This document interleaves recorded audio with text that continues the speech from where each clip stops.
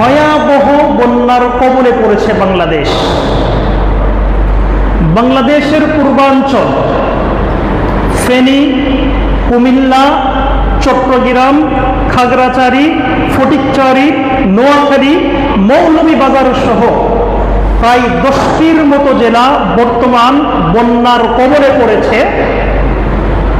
BBC news অনুযায়ী প্রায় 4,40,840টি পরিবার পানিবন্ধ হয়ে পড়েছে।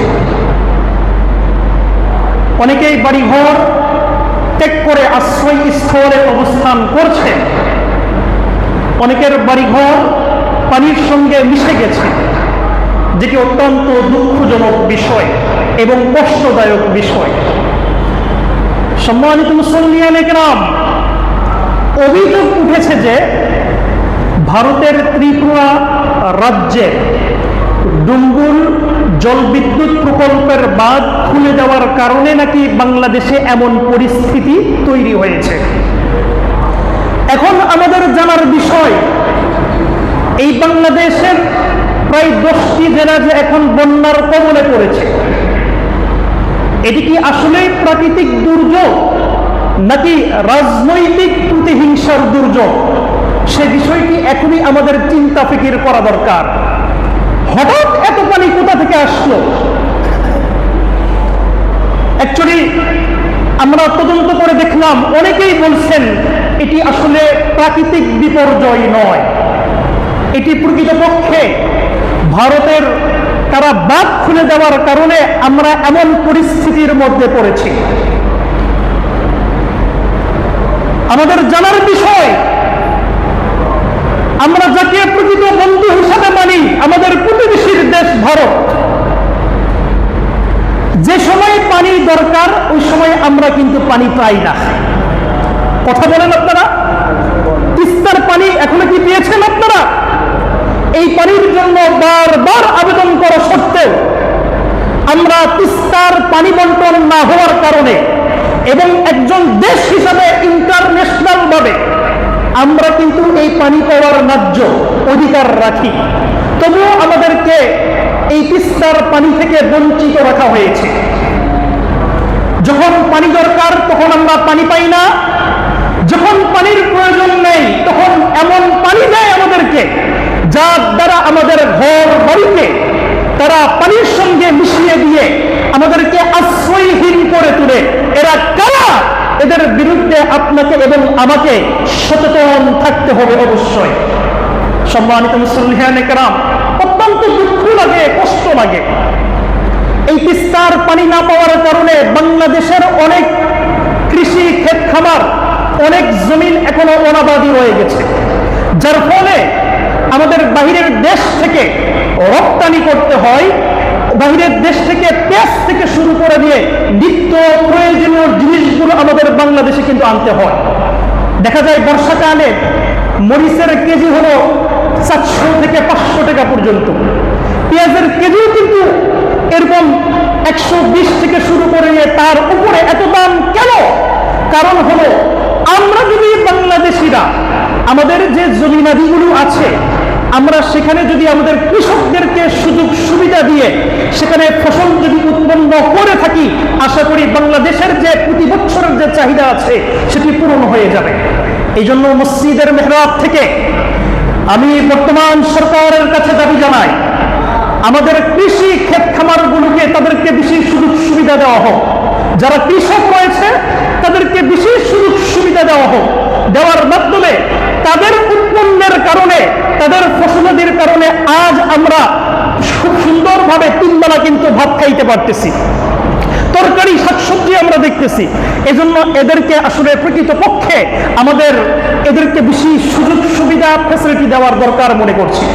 সম্মানিত মুসল্লিয়ানে কেরাম, এই যে বাংলাদেশের প্রায় 10টি জেলার মধ্যে এখন বর্তমান এমন পরিস্থিতি, সেখানে মসজিদ থেকে শুরু করে নিয়ে মাদ্রাসাগুলোর মধ্যে পানি ঢুকে গেছে। এমনকি যেগুলো বিল্ডিং রয়েছে 10 তলা বিল্ডিং, সেখানে 2য় তলা পর্যন্ত পানি উঠে গেছে। সকলে ইয়া নফসি ইয়া নফসি, এবং অনেকের লাশ পর্যন্ত পানির সঙ্গে ভেসে বেড়াচ্ছে। অনেক গর্ভবতী মায়েরা রয়েছেন, তারা এখনো আশ্রয় স্থল পায়নি, আশ্রয় সাহায্য চাওয়ার জন্য বিভিন্ন জায়গায় যোগাযোগ করতেছে। সম্মানিত মুসল্লিয়ানে কেরাম, এই যে বাংলাদেশের 8টি জেলায় যে বন্যার কবলে পড়েছে, এটি কি আসলে প্রাকৃতিক দুর্যোগ? যদি প্রাকৃতিক দুর্যোগ হয়ে থাকে তাহলে আমাদের কোনো আপত্তি নেই, কারণ প্রাকৃতিক বিপর্যয় একমাত্র কার তরফ থেকে আসে? আল্লাহর তরফ থেকে আসে। আর যদি রাজনৈতিক প্রতিহিংসার কারণে এই বিপর্যয়ের মধ্যে যদি আমরা পড়ে থাকি, এটি আমাদের চিন্তা ফিকিরের বিষয়। এর বিষয়ে আমাদেরকে অবশ্যই সামনে এমন কোন ব্যবস্থা নিতে হবে যাতে করে বাংলাদেশের জনগণেরা যেন এরকম বালা মুসিবতের মধ্যে আর যেন পতিত না হয়। শরীফের একটি হাদিস, যে হাদিস নম্বর হলো 1682 নম্বর হাদিস। হাদিস বর্ণনাকারী হলো আবু সাঈদ খুদরি রাদিয়াল্লাহু তাআলা আনহু। হাদিসগুলো একটু মনোযোগ দিয়ে শুনবেন। আবু সাঈদ খুদরি রাদিয়াল্লাহু তাআলা আনহু জনাবে রাসূলুল্লাহ সাল্লাল্লাহু আলাইহি ওয়াসাল্লাম থেকে ইরশাদ করেন যে আইয়ুমা মুসলিমিন কাসা মুসলিমান সাওবান আলা উরান কাসাহুল্লাহু মিন খুজারিল জান্নাহ। যদি কোনো মুসলমান অপর মুসলমান ভাই যে বিবস্ত্র অবস্থায় রয়েছে, যার কোনো কাপড় নাই পরিধান করার জন্য, তাকে যদি কাপড় পরিধান করাইয়া থাকে, আল্লাহ তাকে জান্নাতের সবুজ কালারের কাপড় পরিধান করাবেন। সুবহানাল্লাহ বলেন না? তাহলে বন্যায় যারা বর্তমান আক্রান্ত, অনেকেই কিন্তু কাপড় চোপড় পর্যন্ত নিতে পারে নাই, কাপড় চোপড় বন্যায় কিন্তু ভেসে গেছে। কাপড় চোপড় তো দূরের কথা, মূল্যবান জিনিসও কিন্তু পানির সঙ্গে চলে গেছে। এখন অনেকে বিভৎস অবস্থায় থাকতে পারে, কাপড়ের ব্যবস্থা নাই।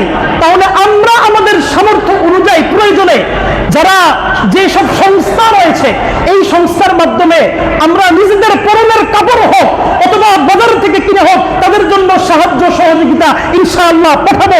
প্রস্তুত আছেন আপনারা? ইনশাআল্লাহ বলেন।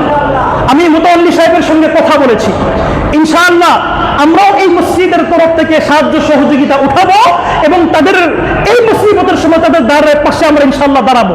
যখন আমি আপনাদের কাছ থেকে সাহায্য চাবো, তখন অবশ্যই আপনারা করবেন তো ইনশাআল্লাহ? ইনশাআল্লাহ। সম্মানিত মুসলিয়ানে কেরাম, 2 নম্বর হাদিসের বাক্য, ওয়া আইয়ুমা মুসলিমিন আতআমা মুসলিমান আলা জুউইন আতআমাহুল্লাহু মিন সিমারিল জান্নাহ। যদি কোনো মুসলমান অপর মুসলমানকে ক্ষুধার্ত অবস্থায় খানা যদি খাওয়ায়, আল্লাহ কিয়ামতের ময়দানে তাকে জান্নাতের ফল খাওয়াবেন। সুবহানাল্লাহ বলেন। তাহলে অনেকেই যারা ক্ষুধার্ত অবস্থায় কাতরাচ্ছে, তাদের জন্য প্রয়োজনে আমরা খাবারের ইন্তজাম করে দিব। শুকনা খাবার, খেজুর হোক, মুড়ি হোক অথবা চাউল হোক, যার যে সামর্থ্য আছে তাদের জন্য আমরা ইনশাআল্লাহ ব্যবস্থা করব। হাদিসের 3 নম্বর বাক্য, ওয়া আইয়ুমা মুসলিমিন সাকা মুসলিমান আলা যামাইন সাকাহুল্লাহু মিনার রাহিকিল মাখতুমি। যদি কোনো মুসলমান বান্দা অপর মুসলমান ভাইকে তৃষ্ণা অবস্থায় পানি পান যদি করায়, পিপাসিত অবস্থায় তাকে যদি শরবত পান করায়, কিয়ামতের ময়দানে আল্লাহ পাক রব্বুল আলামিন তাকে সিল মোহরকৃত সমুদ্রের পানি তাকে পান করাবেন। সুবহানাল্লাহ বলেন না? এই জন্য আমি অনুরোধ করব, এই প্রাকৃতিক বিপর্যয়ে যারা বিপদগ্রস্ত ব্যক্তি রয়েছে তাদের পাশে ইনশাআল্লাহ আমরা দাঁড়াবো।